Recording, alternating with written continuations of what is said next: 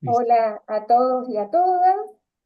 Eh, en el marco de las 16ª Jornadas Nacionales y 12ª Jornadas Latinoamericanas de Investigación y Crítica Teatral organizadas por AINCRIT, con mucha alegría compartimos esta mesa con dos ponencias sumamente interesantes y la presentación del libro del maestro Jorge Duval. Así que, bueno, a continuación les presento a Elvira Ruiz Vivanco, quien compartirá con nosotros su trabajo titulado Dispositivos educativos escénicos experimentales.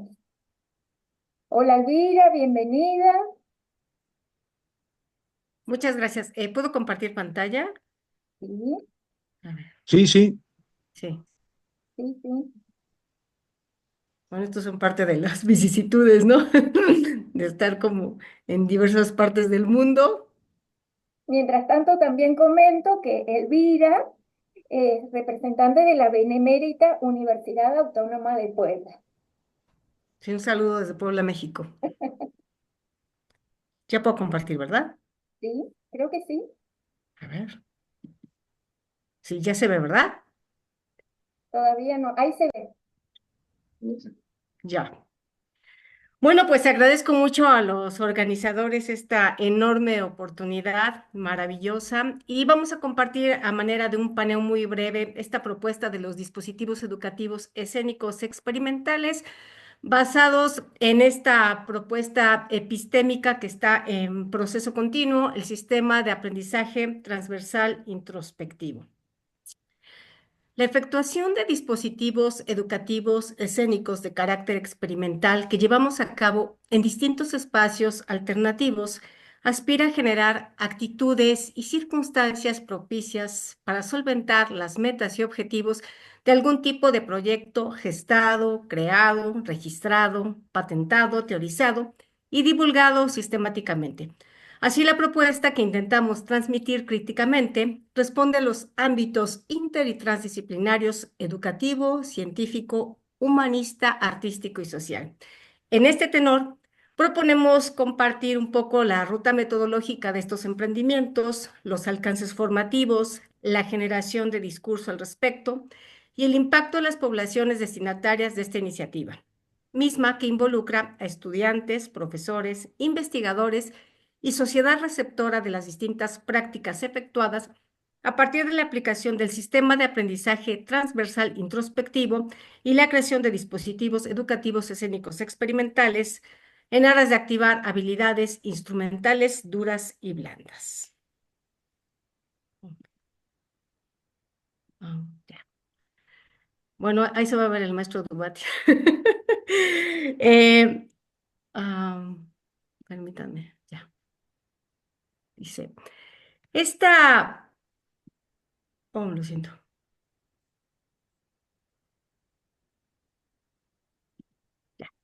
Esta ruta crítica encuentra andamiaje en figuras fundamentales para la historiografía escénica como Enrique Buenaventura, Osvaldo Dragún, Ileana Diegues, José Solé, Bill Evans, Luis de Tavira, Sonny Savoy, Raúl Serrano, Joseph Feral, Patri Paví, Michel Descombey, Anne Obersfeld, Komuro Bushi, Nicolás Núñez y el gran Jorge Dubati, cuyos aportes fundamentales impactan en la variopinta diversidad de aplicaciones de lo teatral en otros campos del saber, que en el eje que aquí nos ocupa va del principio de autoconocimiento, ocuparse y cuidar de sí, fluir, teatrar, transperformar e idear, crear, producir, registrar o patentar, reflexionar sesudamente al respecto y divulgar.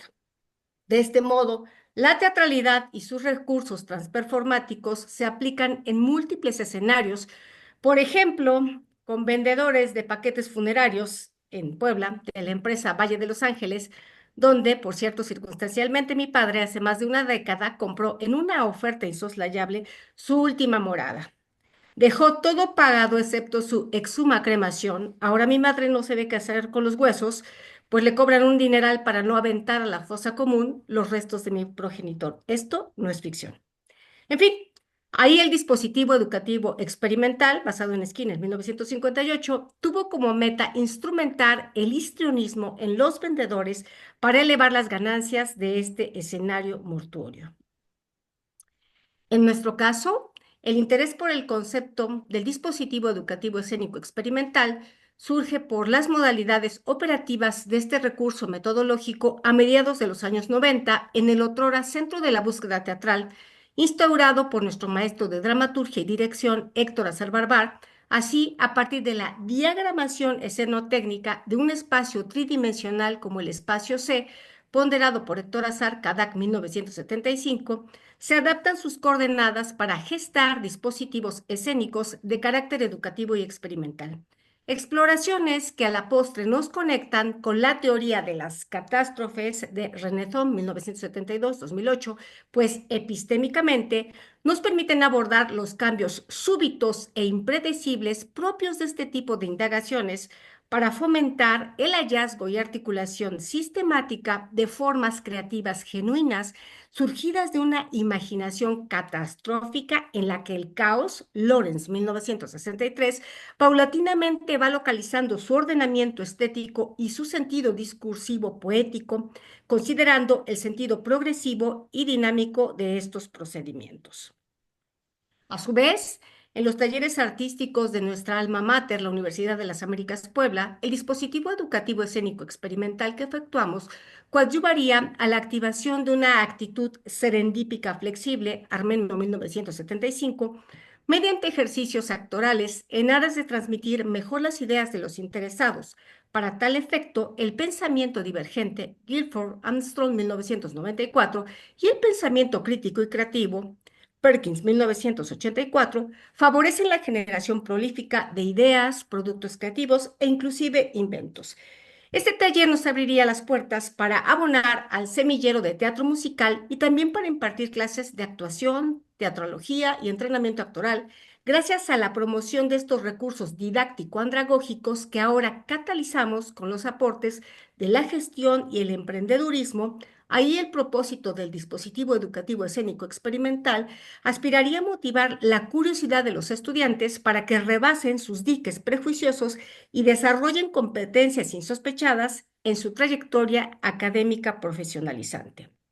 Mientras, en la Universidad Popular Autónoma del Estado de Puebla, además de la formación y entrenamiento para teatro musical, la pertinencia y eficacia del modelo dispositivo educativo escénico experimental se circunscribiría a capacitar a los estudiantes y algunos profesores del área de administración pública, ventas y finanzas para que potenciaran sus habilidades blandas mediante el taller Teatro Industrial. El éxito de este modo de comprensión y aplicación de estos dispositivos nos llevaría a insertarlo en varios congresos de esta área de la formación universitaria.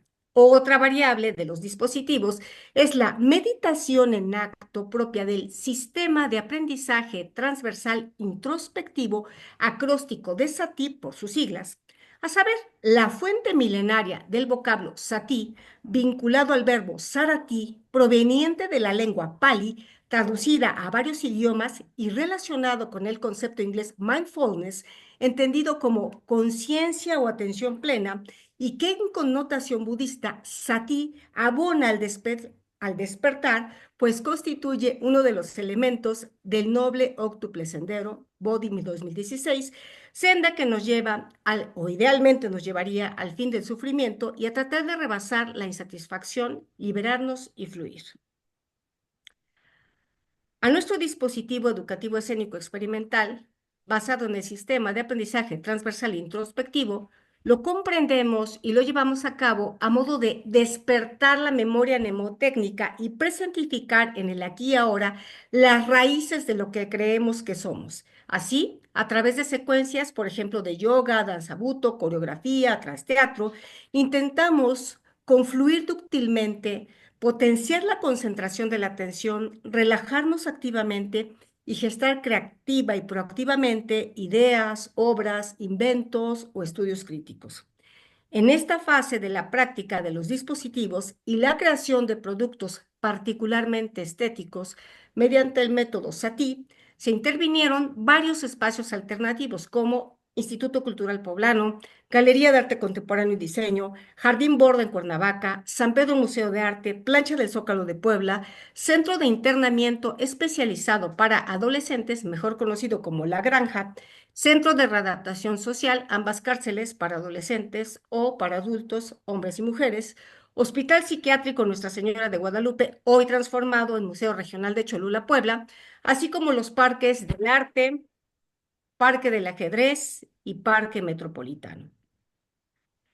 Circunstancialmente, el sistema de aprendizaje transversal introspectivo y los dispositivos educativos escénicos experimentales encontraron resistencia en algunos compañeros de la Facultad de Artes y de la Escuela de Artes Plásticas y Audiovisuales. Sin embargo, en las clases de laboratorio actoral y las sesiones de performance, además de los jams y su consecuente teorización, paulatinamente insertamos estos recursos epistémicos entre los contenidos y modos de transmisión y acontecimiento transperformático, por fortuna, con el proactivo grupo de investigación, interdisciplinariedad y divulgación científica de materiales avanzados para el desarrollo sustentable de la UAP, es que encontramos cobijo e impulso para promover esta alternativa educativa profunda de indagación permanente. Con esta agrupación de académicos del área de ciencias exactas, ciencias de la salud, ciencias sociales y administrativas, artes y humanidades, se efectúan sesiones diversificadas del SATI, del Sistema de Aprendizaje Transversal Introspectivo, a fin de gestar variaciones de los dispositivos educativos escénicos experimentales que contribuyan a la mejora continua de los partícipes, a la par de producir creaciones artísticas, tecnología factible de patentarse, recursos de gabinete y teorización al respecto de estos procedimientos. A modo de colofón, estas prácticas productivas de inventiva e innovación resultan muy significativas para sus realizadores gracias al sistema de aprendizaje transversal introspectivo, cuya eficacia se enlaza al método práctico y teórico que troquela los diversos dispositivos educativos escénicos experimentales. También la expansión de su impacto social radica en la transdisciplinariedad del nodo conector entre los experimentadores y los destinatarios, habitantes de las distintas comunidades a quienes nos debemos. Aquí radica el punto de convergencia y pertinencia académica y ética de este aporte en proceso de avance continuo y, bueno, finalmente las fuentes. Muchas gracias.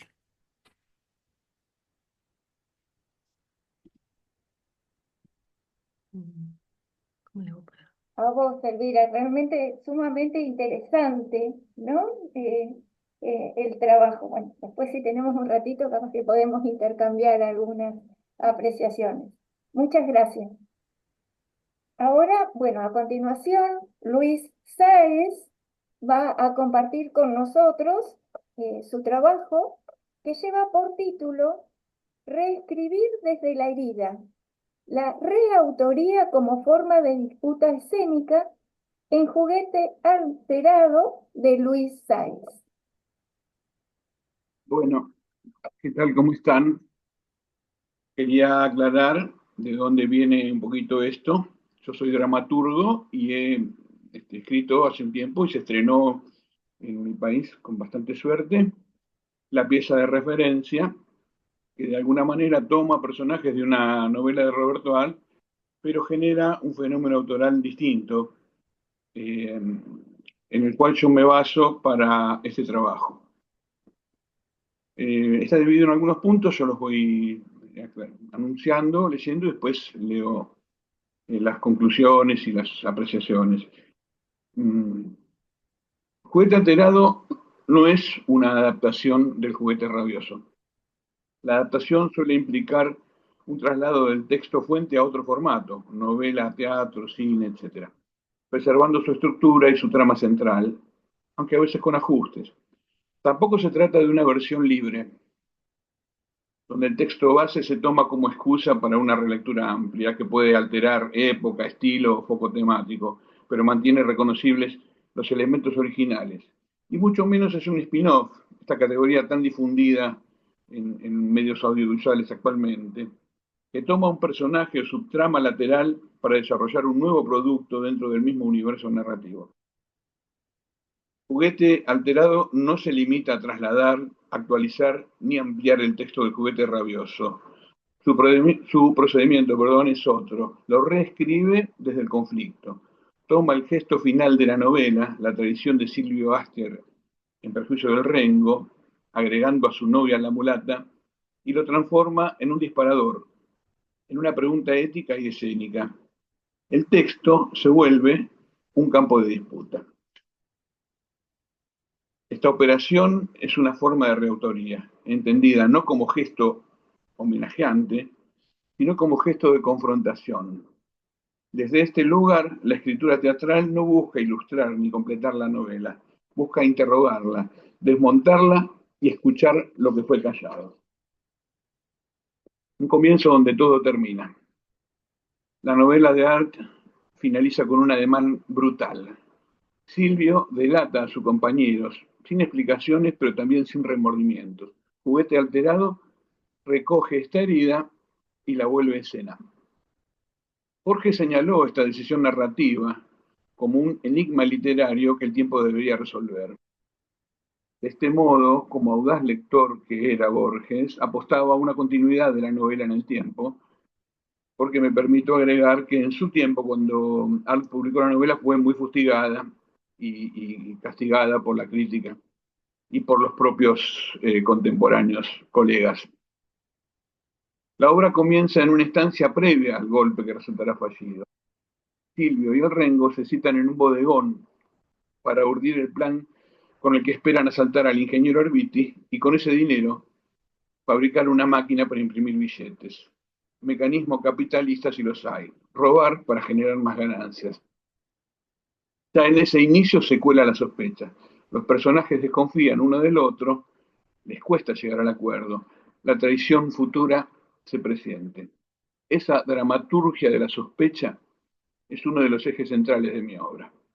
Como dice el Rengo, ¿querés saber qué hay? Esto hay, le dice a Silvio mientras despliega el plano de la máquina. De este modo se abre no solo el conflicto central, sino también la pregunta sobre los valores en juego. La escena como restitución, cuerpos, deseo y palabra. El teatro, ya lo sabemos, algo que la narrativa escrita no alcanza, la confrontación directa. Cuerpos frente a cuerpos, voces en disputa. En mi reescritura, Silvio y el Rengo se encuentran una y otra vez en distintos contextos, el bodegón, la comisaría, finalmente el presidio. Cada escena es una nueva capa del conflicto. No hay moraleja, pero sí tensión ética. Lo que sigue no es una continuación de la historia previa, sino una exploración de sus efectos. Silvio, el traidor, vuelve a buscar al Rengo. No lo hace por culpa, sino por necesidad. Necesita ser perdonado. No para reparar el daño, sino para calmar su conciencia. Pero también por una especie de código moral que lo impele a cometer el pecado con la premisa previa de ser perdonado. Como en el chiste popular del bombero piromaníaco que provoca incendios para después combatirlos. Y el Rengo, lejos de ser un mártir, responde con lucidez, con furia y con ironía. Rechaza el perdón como imposición cristiana. Desarma el discurso de Silvio y los pone en su miserabilidad emocional.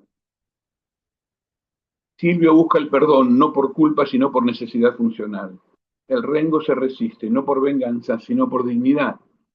El teatro, así, no ofrece redención, sino restitución. Le devuelve al traicionado su voz, su presencia y su derecho a decir. Intertextualidad, art, folletín y grotesco. La obra se inscribe en una red de referencias a la novela de Art desde ya, pero también al folletín decimonónico, Rocambole, Pons en Duterray, al grotesco criollo y, como decíamos al comienzo, al sainete.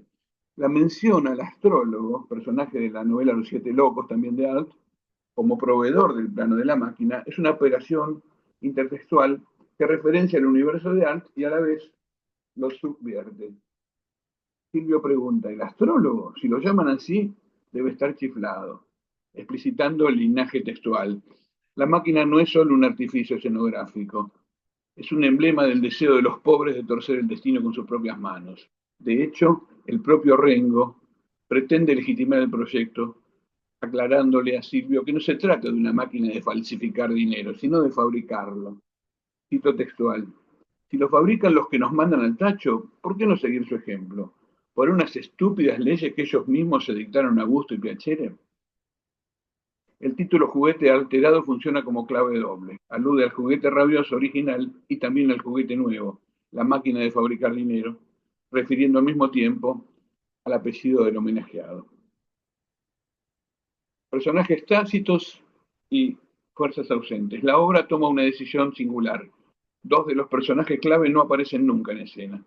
El ingeniero y la mulata sirvienta son personajes tácitos cuya fuerza dramática es indirecta pero determinante. El ingeniero encarna el poder, la hipocresía, la alianza con la ley y la violencia simbólica. Desde las sombras manipula y castiga. La mulata, en cambio, condensa el deseo, la exclusión social y la disputa amorosa. Silvio no tolera que el Rengo haya conseguido su afecto. La traición no es solo política, también sentimental. Dice Silvio, era para mí o para nadie. La reautoría como gesto político y poético. Me permito aquí recordar que en mi dramaturgia hay una especie de política del margen, una especie de constante, si queremos, personajes desplazados, derrotados, que se aferran a una forma última de dignidad, como en Camellos o en Kamikaze. Tampoco en este caso hay redención sencilla, y no tiene por qué haberla. Una redención sencilla convertiría la redención en una suerte de acto banal, y si se quiere infructuoso, de cara a la dramaturgia como escenario de transmisión de ideas y sentires. La reautoría en este caso se convierte en un gesto poético y político, reescribir el canon desde abajo, desde los restos, desde lo roto, no para reparar sino para abrir, para mostrar que el final nunca es definitivo. En Juguete Alterado esta mirada se tensa aún más. No solo pongo en escena un vínculo roto, sino que lo hago dialogando con un clásico. Epílogo. Una carta, una risa, un beso. La obra cierra con una situación feroz. Silvio intenta convencer al Rengo de que firme una carta para renunciar a su amor por la mulata. Lo extorsiona, lo humilla, le revela que todo lo hizo por ella, por amor a ella. El Rengo lo escucha, lo confronta y le responde con un gesto inesperado, un forzado beso en la boca. Ese gesto entre la ternura y la ferocidad condensa la energía feroz y contradictoria que anima la relación entre ambos. Amor, traición, ironía, deseo, parodia y desesperación. Te deseo que sobrevivas a tu odio, Silvio Drotman Astier. Es difícil, pero se logra, le dice el Rengo. Y en esa especie de condena, pronunciada desde una celda, se revela la última forma de dignidad, lo que no necesita, la que no necesita vengarse para afirmar su humanidad. Conclusión. Reescribir no es repetir, es resistir. Para cerrar, comparto un fragmento de la obra que sintetiza esta tensión. Aquí descubrimos que la relación entre Rengo y una mulata, sirvienta en la casa que planean robar los dos protagonistas, siempre mereció el desprecio y las burlas de Silvio, pero en realidad dicho desprecio encubría un deseo tortuoso, demasiado parecido a un amor secreto para no ser la misma cosa. Silvio le dice, era para mí o para nadie. Y el Rengo le dice, de manera que era eso, una pobre y sucia historia de amor despechado, una historia de amor imposible entre un cajetilla desclasado y una mulata que ni siquiera llegó a enterarse. Ahí está todo, el odio de clase, el deseo frustrado, el resentimiento y la exclusión. Juguete Alterado no busca continuar a Alt, busca interpelarlo, ponerle cuerpo a lo que la novela deja fuera de campo, darle voz al traicionado, mostrar que la traición no es un acto cerrado, sino una herida abierta. Reescribir, en ese sentido, es resistir. Es desafiar al canon desde los bordes. Es volver a un texto consagrado y preguntarle, ¿qué callaste? ¿A quién dejaste fuera? ¿Qué pasó después? Así comienza otra vez, por primera vez, el teatro. Muchas gracias. A vos, Luis. Muy, muy interesante también. Ya quiero ver la obra. No, parecería verla cuando se reponga, porque no está más ya bajó. Tuvo un recorrido bastante interesante, pero se repone, en este momento la están haciendo en Córdoba, la están ensayando para hacerla en Córdoba. Tiene buena suerte ha tenido. Qué bueno, vos sabés, yo estoy en Comodoro, Rivadavia, así que estoy Entonces, bastante lejos de los... no, de- pero permíteme que voy a hacer un pequeño chivo, Jorge, permiso, ¿eh? Sí, La obra, la obra, esta versión, la versión que tuvo como más suceso, está filmada, muy bien filmada y subida a la plataforma Teatrix. Es una versión que yo recomiendo, realmente. Está muy bien filmada porque utilizaron como cuatro cámaras, hay sobreposición usaron como se dice, recursos cinematográficos bueno. y la verdad quedó muy linda. Qué bueno, así que Bien. ya, Muy contento con eso, sí. qué bueno, qué bueno. Es una buena alternativa esto de las plataformas, ¿no? No hay como ver la obra, ¿no? En Claro. escena personalmente, pero a veces cuando no accedemos a estas posibilidades está muy bueno. Así que gracias por el dato. Bien, y así como también les anticipé al principio, eh, tenemos el privilegio de acompañar al maestro Jorge Dubati en la presentación de un libro que tiene por título Artes conviviales, tecnoviviales, liminales. Así que, bueno, Jorge, te escuchamos muy atentamente. Muchas gracias, Adriana. Yo voy a ser muy breve. Voy a compartir pantalla porque voy a tratar de ver si, perdón, a ver si puedo ver si se ven las imágenes del libro. Ahí estamos. Creo, vamos a ver.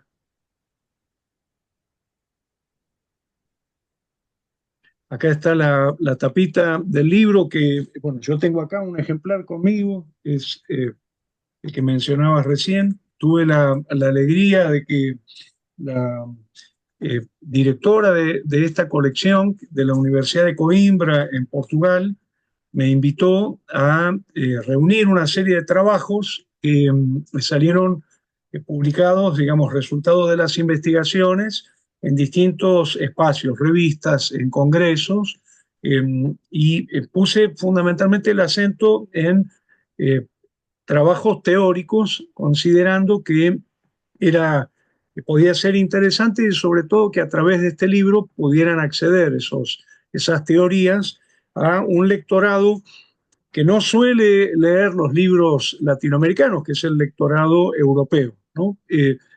Por eso hay en gran parte, digamos, una expectativa muy grande de mi parte en relación a la posibilidad de que sean leídos estos ensayos en Europa. Y de hecho, bueno, es lo que María de Fátima Silva, la directora de esta colección, que es la colección de humanidades en la imprenta de la Universidad de Coimbra en Portugal, me dice qué es lo que está pasando y es que están circulando este libro, digamos, en distintos espacios, especialmente de las universidades de, de Europa.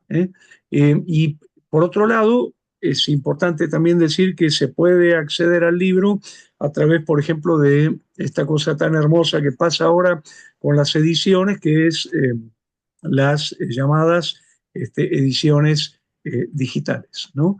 Eh, Quiero mostrar muy rápidamente el índice. Un segundo que lo pongo en pantalla. Así,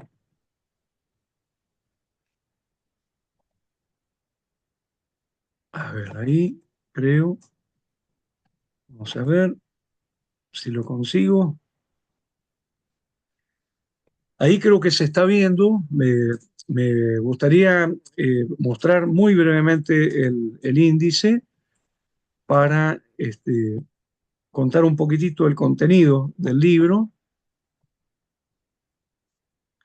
Eh, En principio, el artículo que abre es el que propone esta teoría de una clasificación de las artes por el paradigma convivial, el paradigma tecnovivial y las relaciones de liminalidad entre convivio y tecnovivio, ¿no? Como venimos trabajando hace muchos años, le llamamos paradigma convivial al de los encuentros entre dos o más personas de cuerpo presente en territorio, en el espacio físico, con el cuerpo vivo, y le oponemos el concepto de tecnovivio, que es el que implica la relación entre dos o más personas a distancia a través de mecanismos tecnológicos que permiten la desterritorialización del cuerpo presente, ¿no? Es decir, se instala una nueva forma posible de presencia que llamaríamos presencialidad remota, y esto nos permite clasificar las artes en dos grandes tipos: aquellas artes que podemos llamar irrenunciablemente conviviales, como es el caso del teatro o, por ejemplo, de algunos casos de artes escénicas o de otras artes del espectáculo, como podría ser, por ejemplo, no sé, las aguas danzantes, ¿no? Y las artes irrenunciablemente tecnoviviales, como por ejemplo el libro, el cine, la grabación discográfica, todo lo que tiene que ver con la web, ¿no? El video, la televisión, ¿no?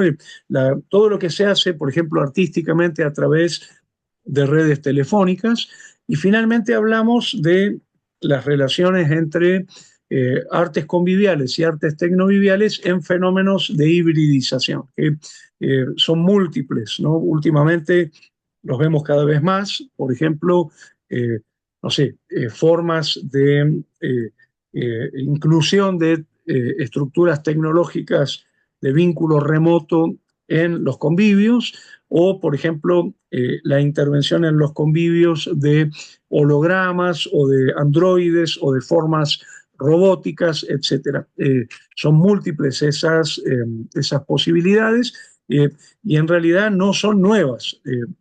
Yo quiero aclarar que hablamos de paradigma tecnovivial, no hablamos de inclusión de tecnologías en el teatro, porque recordemos que, por ejemplo, las proyecciones cinematográficas o los usos de video son ancestrales en el teatro, y por supuesto tenemos casos en los que podemos hablar de tecnologías puestas al servicio del convivio, ¿no? Y en ese sentido hacemos una distinción entre lo que serían las tecnologías del convivio y las tecnologías del tecnovivio, que serían casos diferentes, y también formas diferentes cuando utilizamos, digamos, en la liminalidad esto que llamaríamos recursos irrenunciablemente tecnoviviales y recursos irrenunciablemente conviviales, ¿no?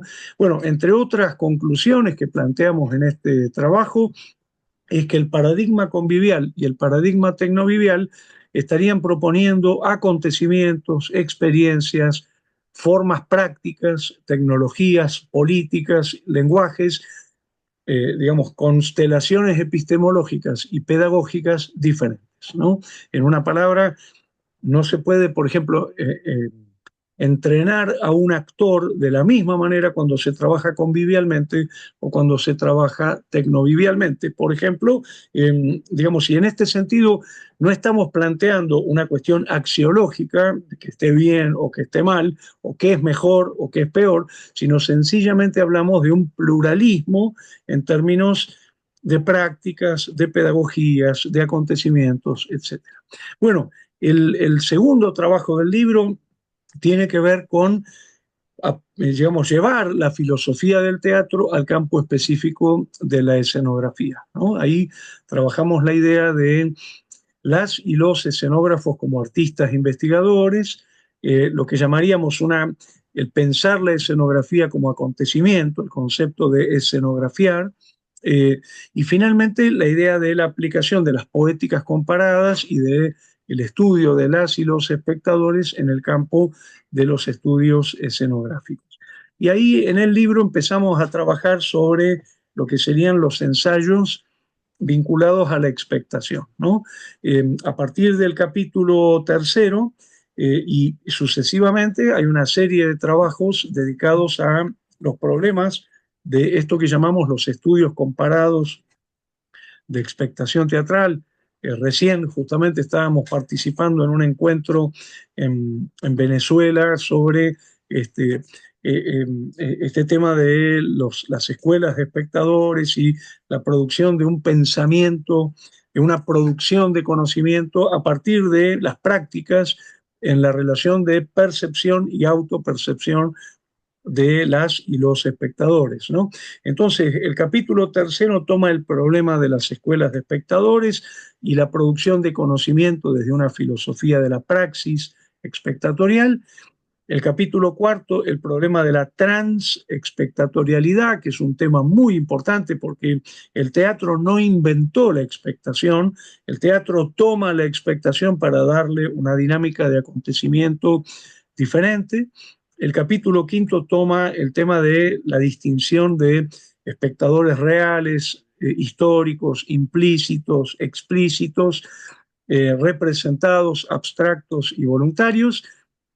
Y finalmente aparece este tópico, esto que llamamos la tópica de espectadores, como una metodología para poder eh, hacer una historia de las y los espectadores, que es un tema pendiente en la mayoría de los teatros nacionales, ¿no? O sea, nuestras historias del teatro están muy centradas en dramaturgos, actores, salas, acontecimientos, pero muy poco se ha puesto la focalización en el protagonismo de las y los espectadores en la historia de nuestro teatro.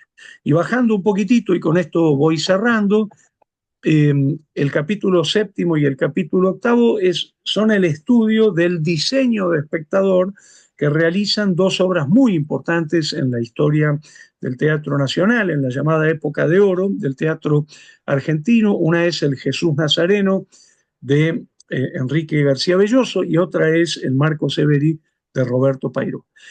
Bueno, y para terminar, el capítulo 9 está dedicado a lo que llamamos las literaturas del acontecimiento teatral, entre ellas la literatura de espectadores, ¿no? Porque podemos hablar de espectadores que escriben, ¿no? Espectadores que producen, digamos, literaturas de distintas formas, desde correo de lectores hasta todas las formas tecnológicas contemporáneas o incluso memorias de espectadores. El capítulo 10 toma el tema de la performatividad de la poesía en Argentina especialmente, y toma un caso que es el de la escenificación de textos de Alejandro Urdapilleta. El capítulo 11 pone el acento en el concepto de artistas investigadores e investigadores, esto que llamaríamos creación, investigación o producción de pensamiento a partir de la reflexión sobre la praxis, que es lo que acabamos de ver en las ponencias de Elvira Ruiz Vivanco y de Luis Sáez, ¿no? Artistas que reflexionan a un altísimo nivel teórico sobre sus propias prácticas y piensan el teatro desde el hacer también. Bueno, y finalmente tomamos el análisis de un cuento de Jorge Luis Borges, que es un cuento que se llama La busca de Averroes, es un cuento que está en el Aleph, que es uno de los pocos cuentos que Borges le dedica a el tema teatral. Es un cuento en el que Borges imagina a el filósofo tardo medieval Averroes, un filósofo de origen árabe, viviendo en la España árabe, eh, digamos, tratando de traducir del árabe la poética de Aristóteles. Y lo que Borges sostiene, entre otras ideas sumamente valiosas, y que hablarían de una teoría de Borges con respecto al teatro y también de una explicación de por qué Borges no escribió teatro, por qué decidió no escribir teatro, porque lo único que sabemos de la relación de Borges con el teatro es que, digamos, fue espectador de teatro y escribió un guión de ballet, pero solamente eso, no escribió dramaturgia. digamos, lo que Borges sostiene es que sin experiencia del acontecimiento teatral es imposible pensar el acontecimiento teatral. Es decir, Borges sostendría que Averroes, en la medida en que no ha tenido experiencia del teatro, porque se cortó la transmisión de lo que sería la tradición grecolatina del teatro en la Edad Media, no puede comprender el concepto de tragedia y el concepto de comedia tal como la piensan Aristóteles, ¿no? Y por lo tanto traduce cualquier cosa, ¿no? Es muy interesante lo que Borges llama la derrota de Averroes, ¿no? Que sería justamente la imposibilidad de pensar y de comprender el acontecimiento teatral. Así que bueno, valga esto como muy rápida presentación de este libro que me llena de alegría haberlo publicado, sobre todo por la posibilidad de que la teatrología que estamos haciendo en Latinoamérica circule en lugares a donde no suele llegar nuestra teatrología, que es especialmente los públicos y las universidades europeas. ¿Eh? Bueno, muchas gracias, Adriana. No, porque aparte, muy interesante cómo se reúnen los conceptos en el libro, ¿no? Se recopilan los conceptos centrales con análisis de obras en concreto, ¿no? Y aparte la recuperación del espectador como un elemento importante en el acontecimiento teatral. Así que, bueno, me Sí. parece sumamente valioso este libro y te quería preguntar si ya tenemos acceso desde lo digital.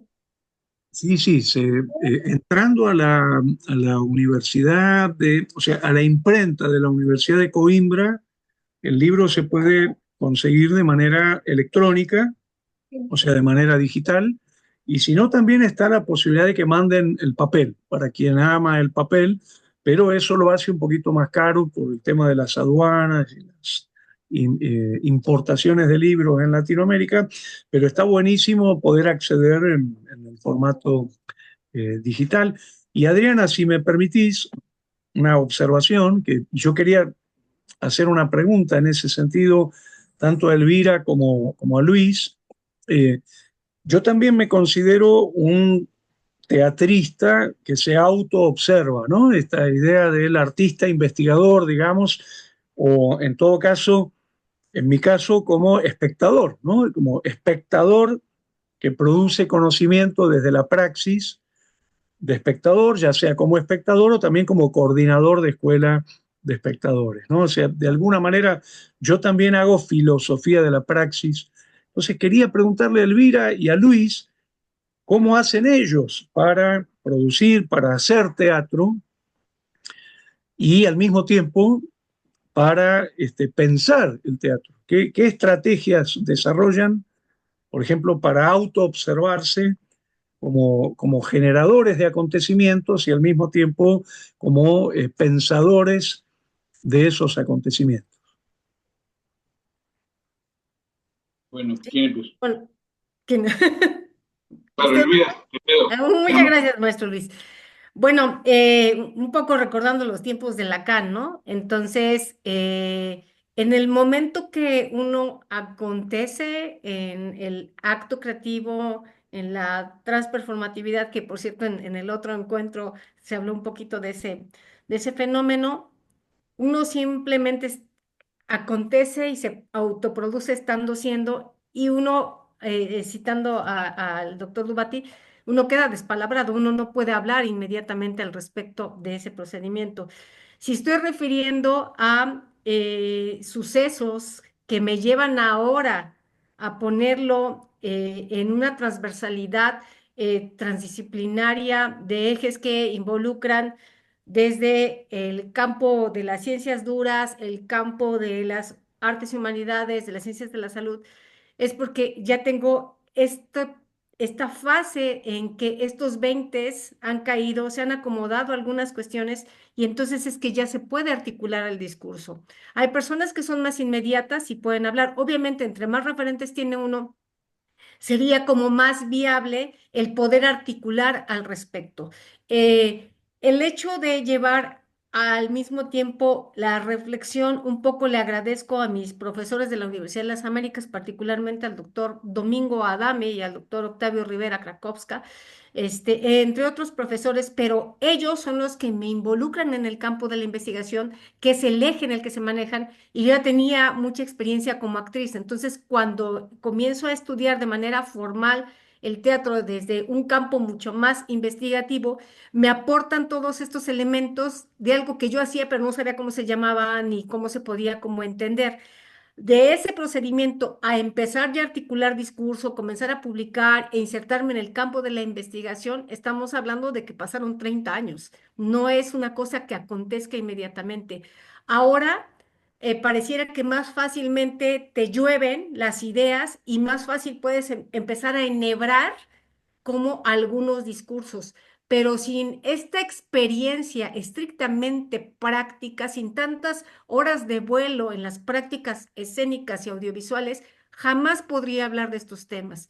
Entonces, por eso es que cuando proyecté este collage donde está usted, doctor Dubati, es que ustedes, los investigadores reconocidos, posicionados y que además nos siguen involucrando y además son muy incluyentes, nos permiten dar cuenta de manera académica, de manera teórica, de fenómenos que nos atraviesan, pero que luego no sabemos cómo transmitirlos. Entonces, algo que le quisiera reconocer aquí públicamente es que usted tiene esta capacidad de hablar de cosas muy complejas de manera muy sencilla que todo el mundo comprenda. Y esa es la parte que apenas estoy tratando de ir como acomodando. Ujú.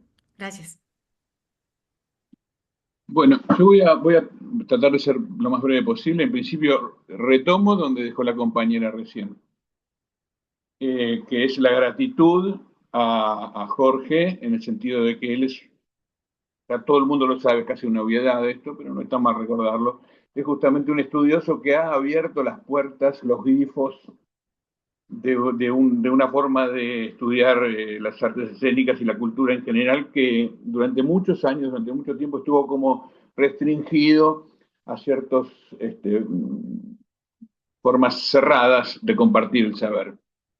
Yo me acerqué a este fenómeno que es leer teoría sobre teatro y intentar algunas aproximaciones a escribir algo sobre el tema, gracias a Jorge.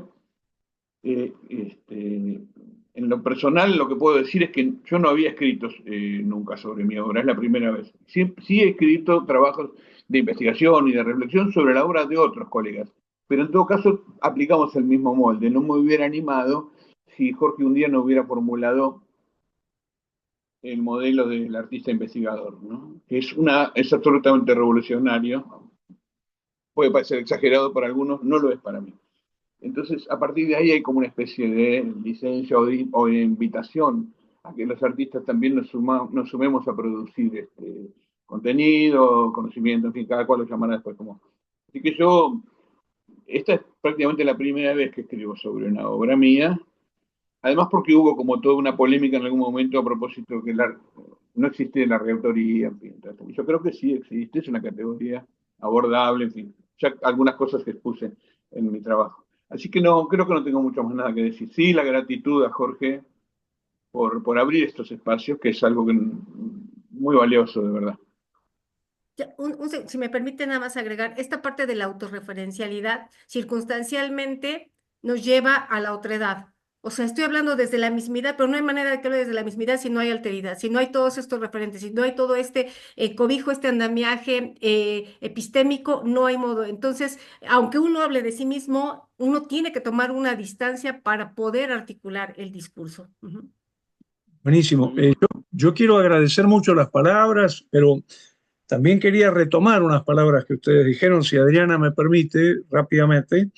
Una es una palabra que usó Elvira, que es esto de las horas, ¿no? La cantidad de tiempo, ¿no? A mí me gusta mucho una cosa que dice Mauricio Cartún, que es esto de los saberes de experiencia, ¿no? Los saberes de las horas que uno está haciendo teatro o viendo teatro o pensando el teatro, ¿no? Que yo creo que es algo muy importante. Él habla, Cartoon, yo lo escuché una vez hablar de una frase muy hermosa que es saberes de tiempo, ¿no? Esta idea de la adquisición de saberes que uno va cosechando de alguna manera sobre el tiempo que va pasando en la experiencia, en la reflexión, en el regresar a las cosas, ¿no? Lo cual me parece bárbaro. Y es un poco lo que dice Borges, ¿no? Porque lo que le falta a Averroes son saberes de tiempo, justamente, ¿no? Estos saberes de experiencia y saberes de tiempo, ¿no?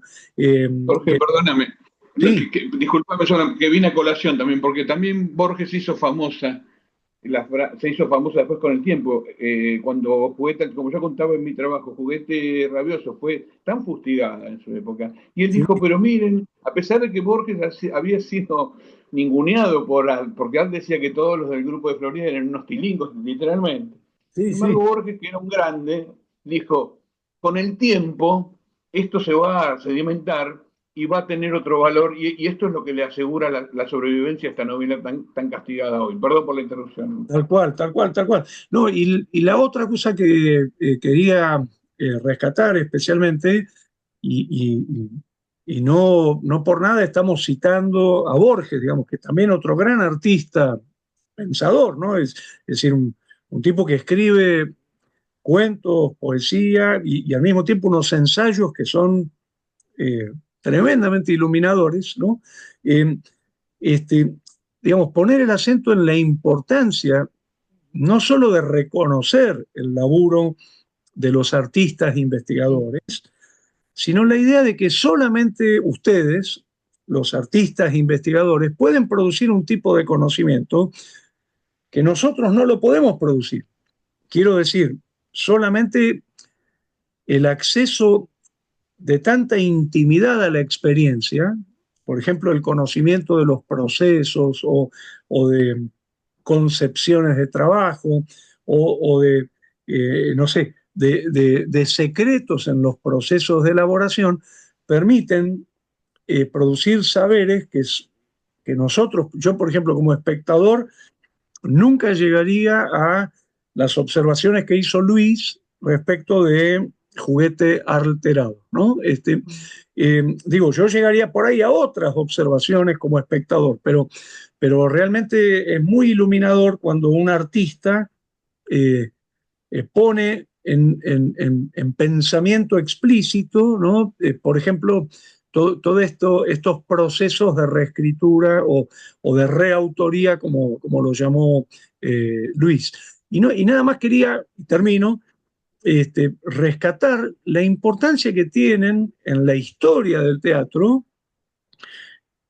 las obras de los grandes artistas investigadores, ¿no? Por ejemplo, yo no podría pensar la historia del siglo XX, del teatro del siglo XX, sin un libro como los libros de Stanislavski, que son de artista investigador, o un libro de Antonín Artaud como El teatro y su doble, o qué sé yo, un libro como el de Santiago García, los ensayos de Santiago García, o por ejemplo de Luis de Tavira, ¿no? Que recién lo mostraste, Elvira, y una de las fotos que se veían era del maestro, gran maestro mexicano Luis de Tavira, ¿no?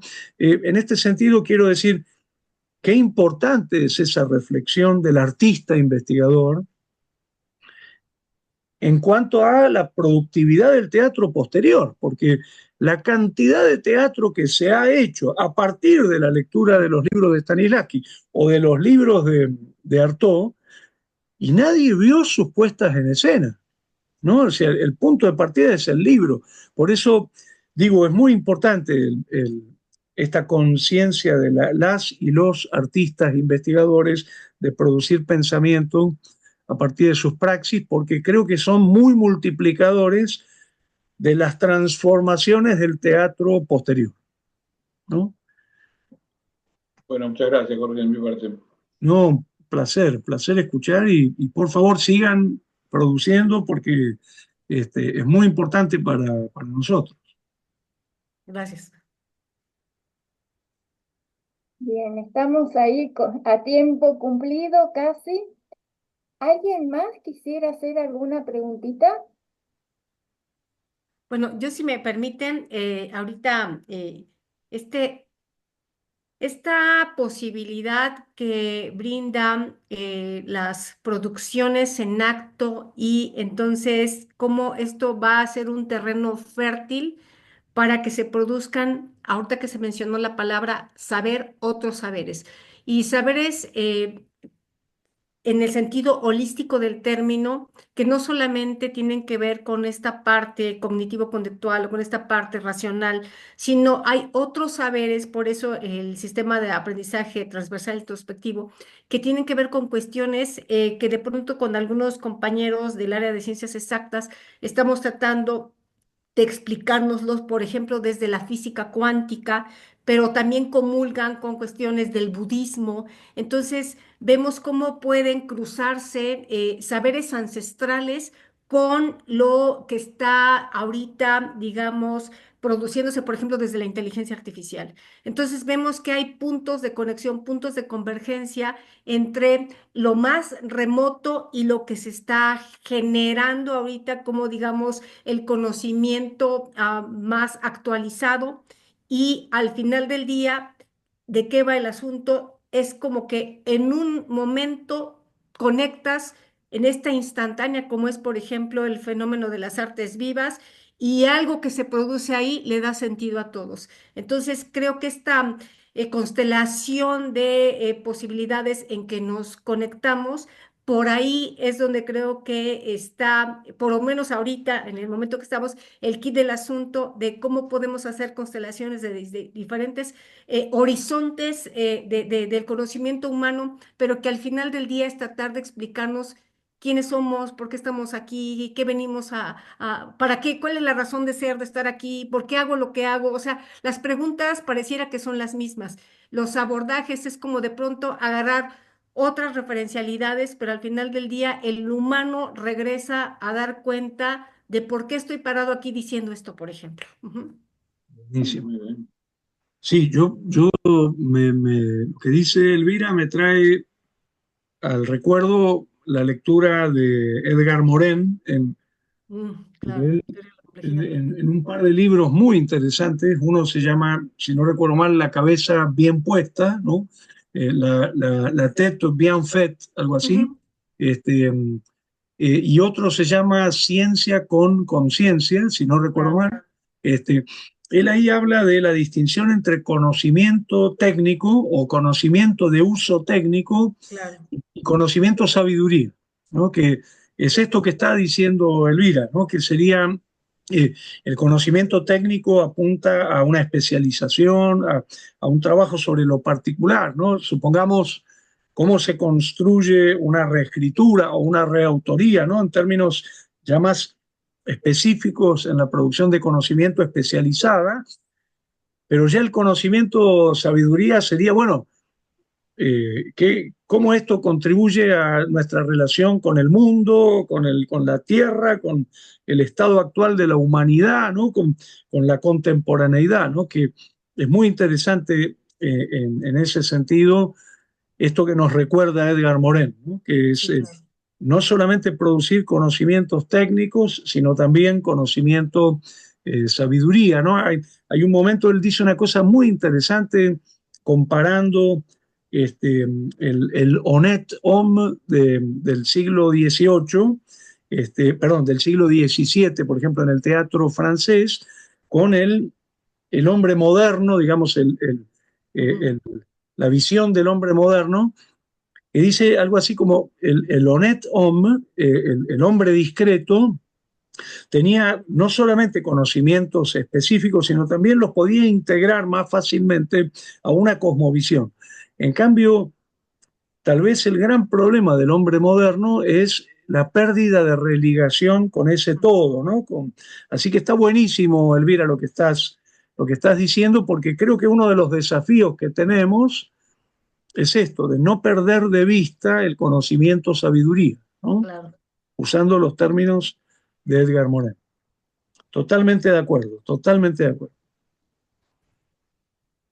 Bien, realmente muy interesante los trabajos, muy interesante el intercambio. Creo que nos quedaríamos toda la tarde conversando, ¿no?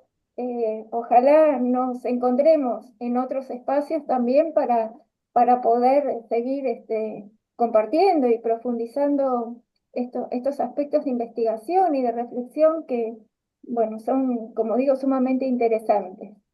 Así que bueno, no me queda más que agradecerles mucho desde lo personal. Un gusto haber conocido a Elvira, a Luis y bueno, como siempre digo, Jorge, un privilegio que me brindes estos espacios para poder acompañarte. Y en nombre de la Asociación de Investigación y Crítica Teatral, les agradezco muchísimo esta oportunidad de compartir su conocimiento con nosotros. Muchas Bueno, gracias. muchas gracias.